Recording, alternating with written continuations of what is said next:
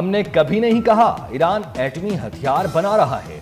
عالمی ایٹمی توانائی ایجنسی کے سربراہ رافیل گورسی نے بھی ایران کے ایٹمی ہتھیار بنانے کی تردید کر دی۔ کہتے ہیں ایران ایٹمی ہتھیار بنانے کی کوشش نہیں کر رہا تھا، ایران کی جانب سے 60% یورینیم افزودہ کرنے پر شبہات تھے۔ اس سے قبل ایران کے پاس جوہری ہتھیاروں کی عدم موجودگی سے متعلق امریکی انٹیلیجنس سربراہ کلین چٹ دے چکے، اب IAEA کی گواہی بھی آ گئی۔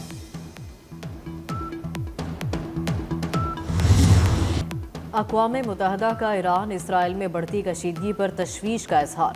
سیکرٹری جنرل انطونیو گوترس کی عالمی قوتوں سے فوری مداخلت کی اپیل۔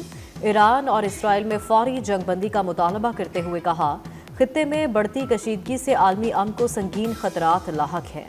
فریقین معاملے کو عالمی مسئلہ بنانے سے گریز کریں۔ مسائل کا دیرپا حل صرف سفارتی ذرائع اور مذاکرات سے ہی ممکن ہے۔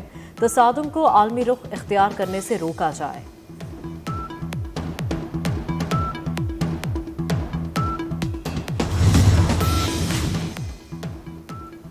یورپی وزرائے خارجہ کا ایران کے ساتھ جوہری مذاکرات کا فیصلہ۔ جرمنی، فرانس اور برطانیہ کے وزرائے خارجہ کل جنیوا میں ایرانی ہم منصب کے ساتھ جوہری پروگرام پر اہم مذاکرات کریں گے۔ خبر ایجنسی کے مطابق یورپی وزرائے خارجہ پہلے یورپی یونین کی اعلیٰ سفارتکار کایا کالاس سے جرمنی کے مستقل مشن پر ملاقات کریں گے، جس کے بعد ایرانی وزیر خارجہ کے ساتھ مشترکہ اجلاس ہوگا۔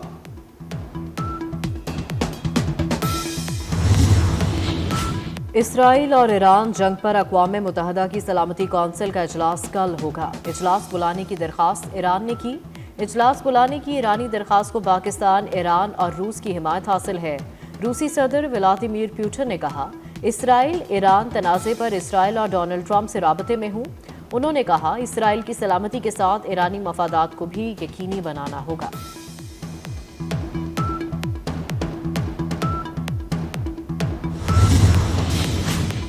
ایران پر اسرائیل حملوں کے خلاف نیو یارک میں احتجاجی ریلی۔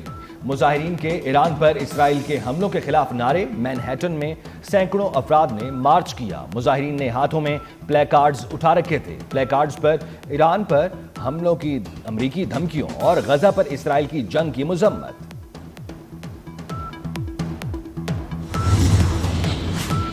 صدر مملکت آصف علی زرداری سے سینیٹر شہری رحمان کی ملاقات کے دوران جاری بجٹ اجلاس سے متعلق امور پر تبادلہ خیال کیا گیا۔ سینیٹ میں بجٹ پر بحث اور قانون سازی میں پیپلز پارٹی کے مؤثر کردار سے آگاہ کیا۔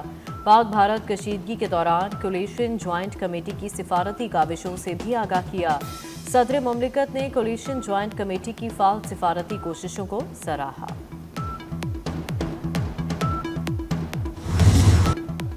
آپریشن بنیان مرصوص کے بعد سفارتی محاذ پر بھی کامیابی۔ خاتون اول آصفہ بھٹو نے کریڈٹ چیئرمین پاکستان پیپلز پارٹی کو دے دیا۔ کہتی ہیں، مشکل وقت میں دنیا میں پاکستان کی نمائندگی پر بلاول بھٹو کو سراہتی ہوں۔ ہماری قیادت نے بے نظیر انکم سپورٹ پروگرام شروع کیا۔ یہ بجٹ عوام دوست ہونا چاہیے، تعلیم کو ترجیح اور زیادہ فنڈز دیے جانے چاہیے، انسانی ترقی پر انویسٹ کرنا ہوگا۔ شرم کی بات ہے کہ 2025 میں بہت سے لوگ بجلی سے محروم ہیں، سولر پر ٹیکسز لگائے جا رہے ہیں، جبکہ ہمارے علاقوں میں 15 گھنٹے تک لوڈ شیڈنگ ہو رہی ہے۔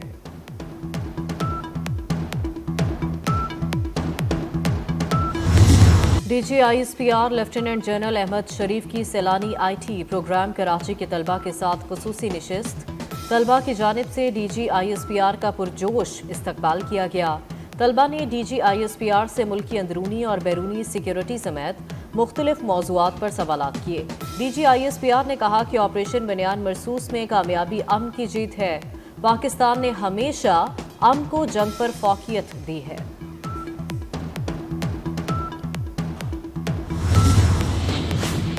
سپریم کورٹ ججز کو بیرون ملک سفر سے پہلے چیف جسٹس سے NOC لینا ضروری ہوگا۔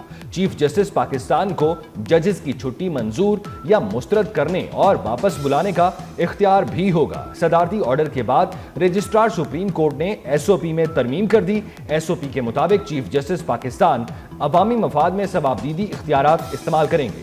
ہر قسم کی چھٹی کے لیے پیشگی منظوری اور معقول وجہ دینا لازم ہوگا۔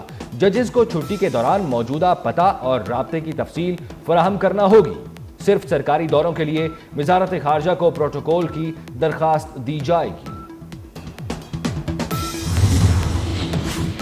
کابینہ کمیٹی نے کاربن لیوی کی تجویز مسترد کر دی۔ سینیٹر سلیم مانڈوی والا کی زیر صدارت قائمہ کمیٹی خزانہ کا اجلاس۔ پیپلز پارٹی، پی ٹی آئی اور سینیٹر فیصل وافٹا نے کاربن لیوی کے خلاف ووٹ دیا۔ سینیٹر شہری رحمان نے کہا، کاربن لیوی فائنانس بل کے ذریعے نہیں لگائی جا سکتی۔ کاربن لیوی کے ذریعے کاربن کا اخراج کم نہیں کیا جا سکتا۔ کاربن لیوی صرف انہی صنعتوں پر لگائی جاتی ہے جہاں کاربن کا اخراج زیادہ ہو۔ کوہاٹ میں جنازے پر مخالفین کی فائرنگ، خواتین سمیت 3 افراد جاں بحق، 15 سے زائد زخمی ہو گئے۔ متاثرہ خاندان میت لے کر جا رہا تھا، راستے میں مخالفین نے فائرنگ کر دی۔ پولیس نے علاقے کو گھیرے میں لے کر تفتیش شروع کر دی۔ گرمی سے تنگ شہریوں کے لیے بڑی خوشخبری، کل سے ملک بھر میں پری مونسون بارشوں کی پیش گوئی۔ محکمہ موسمیات کے مطابق 20 سے 23 جون کے دوران وقفے سے پری مونسون بارشیں متوقع ہیں۔ خلیج بنگال اور بحیرہ عرب سے مرطوب ہوائیں ملک کے بالائی اور وسطی علاقوں میں داخل ہوں گی۔ کل سے مغربی ہواؤں کا سلسلہ بھی ملک کے بالائی علاقوں پر اثر انداز ہوگا۔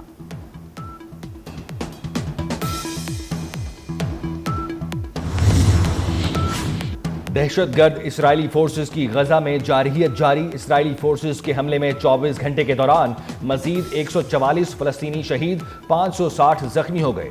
عرب میڈیا کے مطابق خان یونس میں اسرائیلی فورسز کی فائرنگ سے خوراک کے منتظر 89 افراد شہید ہو گئے۔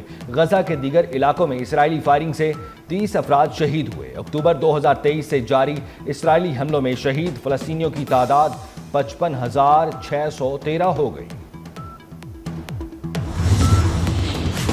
ٹرمپ انتظامیہ نے غیر ملکی اسٹوڈنٹس ویزا پر عائد پابندی اٹھا لی۔ امریکی محکمہ خارجہ نے غیر ملکی طلبہ کے لیے ویزے کا اجراء کا عمل دوبارہ شروع کر دیا۔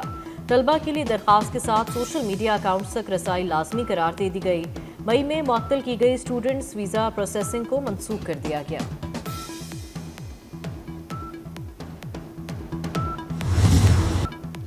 حضرت عبداللہ شاہ غازی رحمۃ اللہ علیہ کے عرس کا آخری روز، عقیدت مندوں کی بڑی تعداد عرس کی تقریبات میں شریک۔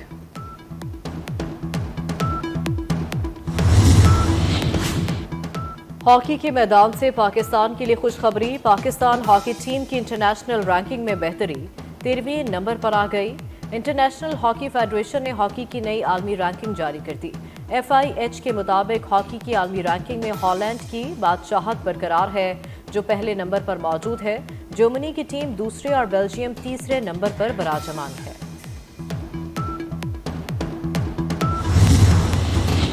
اور پاکستان کے 7 کرکٹرز بگ بیش لیگ کا حصہ بن گئے۔ پاکستان کے فاسٹ بالر شاہین افریدی برسبین ہٹ کا حصہ بن گئے۔ شاہین افریدی کو برسبین ہٹ نے پہلی پلیٹینم کیٹیگری میں منتخب کر لیا۔ میلبورن سٹارز نے ایک بار پھر ہارس روف کو ٹیم کا حصہ بنا لیا۔